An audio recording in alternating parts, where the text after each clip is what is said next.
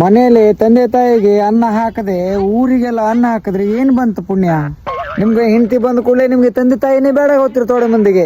ತಂದೆ ತಾಯಿ ಎಂಬುದು ದೊಡ್ಡ ಕಸದ ಸಮಾನ, ಅಂದ್ರೆ ವೇಸ್ಟ್. ಅದೇನು ಹೇಳ್ತಿರಲ್ಲ, ಕುರುಡನಿಗೆ ಕಣ್ಣು ಬಂದ್ರೆ ಮೊದ್ಲು ಮಾಡೋ ಕೆಲ್ಸನೇ ಅವನ ಕೈಯಲ್ಲಿ ಇರೋದು ಬೆತ್ತನ ಹೊತ್ತಾಕೋದು.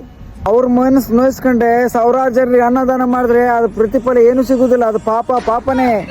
ನೀವು ತಂದೆ ತಾಯಿಗೆ ಚಲೋ ಮಾಡ್ಕೊಂಡೆ ಅನ್ನ ನೀರು ಸರಿ ಮಾಡಿ ಹಾಕಿದ್ರೆ ಸಾಕು, ಅದರಂತ ಪುಣ್ಯ ನಿಮ್ಗೆ ಎಲ್ಲೂ ಸಿಗುದಿಲ್ಲ. ತಂದೆ ತಾಯಿಗಳ ಜೊತೆ ಒಂದ್ 5 ನಿಮಿಷ ಮಾತಾಡ್ರಿ ಕುತ್ಕೊಂಡೆ, ಅವ್ರಿಗೆ ಅದರಂತ ಸಂತೋಷ ಯಾವುದಿಲ್ಲ. ಅವ್ರು ಸಾಯೋವರೆಗೂ ಹೊಟ್ಟೆ ತುಂಬ ಒಂದು ಊಟ ಹಾಕಿ. ನೀವು 1000 ಜನರಿಗೆ ಊಟ ಹಾಕೋ ಪ್ರಯೋಜನ ಏನೂ ಇಲ್ಲ, ಅದನ್ನ ಪಾಪನೆಯ. ಮನೇಲಿ ಉಪವಾಸ ಇಟ್ಕೊಂಡೆ ಅದೇನಂತಲ್ಲ, ಮನೆಗೆ ಮಾರಿ ಊರಿಗೆ ಉಪಕಾರಿ ಆದ್ರೆ ಏನು ಪ್ರಯೋಜನ ಇಲ್ಲ. ಮನೆಗೆ ಉಪಕಾರಿ ಆಗು, ಆಮೇಲೆ ಊರಿಗೂ ಉಪಕಾರಿ ಆಗು. ನಿಮ್ಮ ಹತ್ರ ಕೋಟಿ ತಿನ್ನುದಿಲ್ಲ ತಂದೆ ತಾಯಿ, 2 ತುತ್ತು ಅನ್ನ ಅಷ್ಟೇಯ. ನಿಮ್ ಕೂಡ ಏನು ಇಲ್ಲ ಅಂತ ಹೇಳಿದ್ರು ಅವ್ರೇನಾಗಿ ಅಂಬ್ಲಿ ಮಾಡಿಕೊಟ್ರು ಅವ್ರು ಕುಡಿತಾರೆ.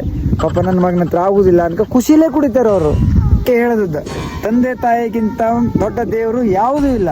ನೀವು ಗಂಡ ಹೆಂಡತಿ ಮಕ್ಕಳು ಪಾರ್ಟಿ ಮಾಡ್ತೀರಿ, ಹೋಟೆಲ್ಗೆ ಹೋಗ್ತೀರಿ, ತಿನ್ಕೊ ಬರ್ತೀರಿ, ಐಷಾರಾಮಿ ಹೋಟೆಲ್ಗೆ ಹೋಗ್ಕೊಂತೀರಿ, ತಿನ್ಕೊಂತೀರಿ ಬರ್ತೀರಿ.